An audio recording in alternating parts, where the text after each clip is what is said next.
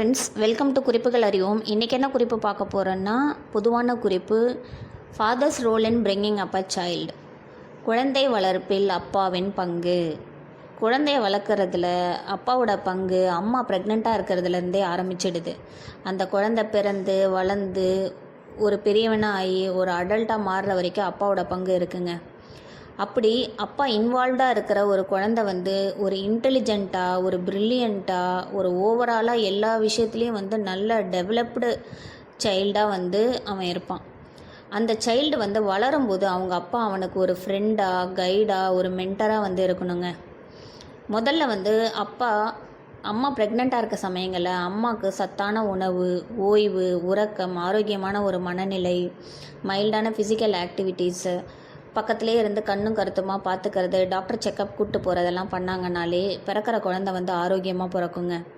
அடுத்ததாக பிறந்த பச்சிளம் குழந்தை அப்பா என்ன பண்ணுவாங்க, அம்மா கூட உதவியாக இருந்து குழந்தை அழும்போது தூக்கி வச்சுப்பாங்க.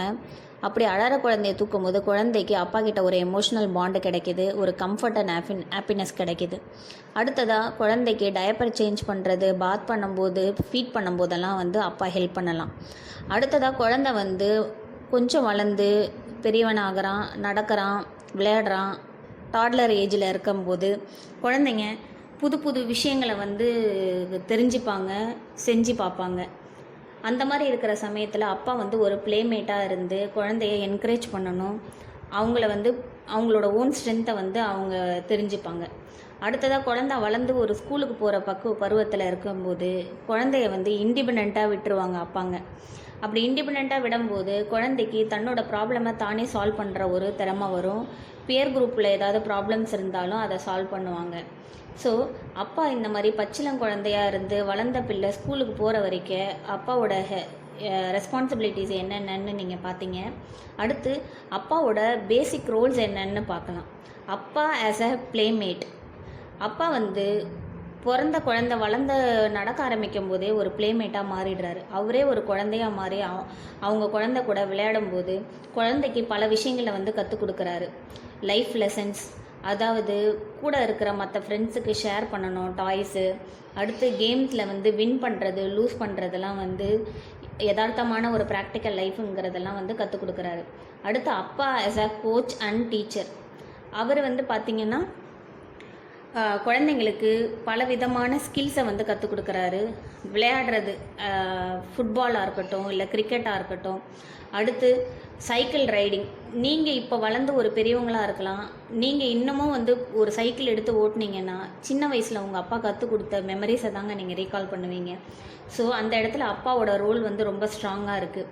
நிறைய வீட்டில் அப்பாங்க குழந்தைங்க கிட்ட பேசுகிறதுக்கான நேரம் கம்மியாக இருக்குது, கம்யூனிகேஷன் கேப் இருக்குது. அந்த மாதிரி சமயங்களில் வீக்கெண்டில் அப்பாங்க குழந்தைங்க கூட விளையாடும் போது அந்த கம்யூனிகேஷன் கேப் ஃபில் ஆகிடுது. குழந்தைங்க அவங்களோட விஷயங்களெல்லாம் உங்ககிட்ட ஷேர் பண்ணிப்பாங்க.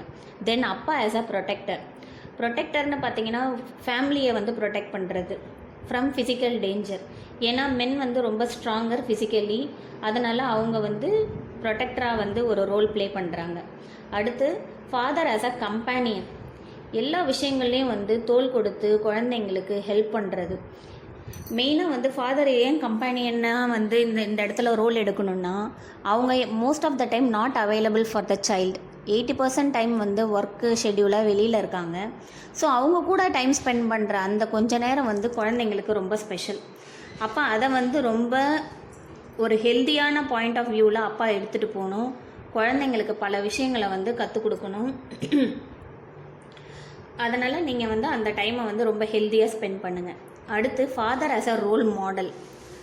இந்த இடத்துல மெயினாக நீங்கள் பார்த்துக்கிட்டிங்கன்னா, ஒரு சன் இந்த இடத்துல இருந்தான்னா அந்த சன் அவங்க ஃபாதரோட ரெப்ளிக்காவாக இருப்பாங்க. அவங்க அப்பா என்னென்ன விஷயங்கள்லாம் பண்ணுறாரோ அதெல்லாம் அவன் பார்த்து கற்றுப்பான்.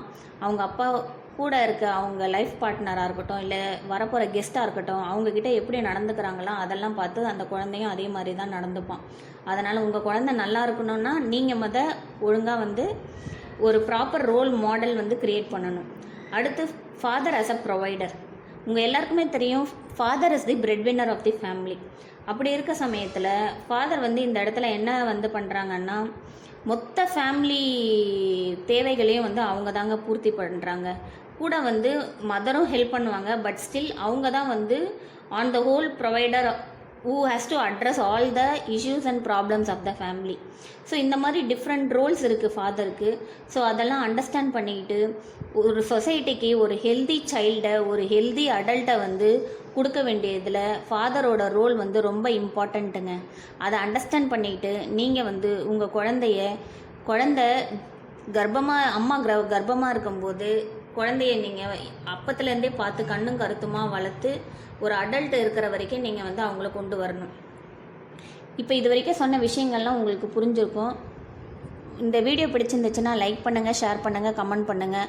அப்படியே நம்ம சேனலை சப்ஸ்கிரைப் பண்ணுங்கள். பக்கத்தில் இருக்க பெல் பட்டனை கிளிக் பண்ணுங்கள். அப்போ தான் நான் போடுற புது வீடியோ நோட்டிஃபிகேஷன் உங்களை வந்து ரீச் ஆகும். நெக்ஸ்ட் வீடியோவில் பார்க்கலாம் ஃப்ரெண்ட்ஸ். பாய். தேங்க்யூ.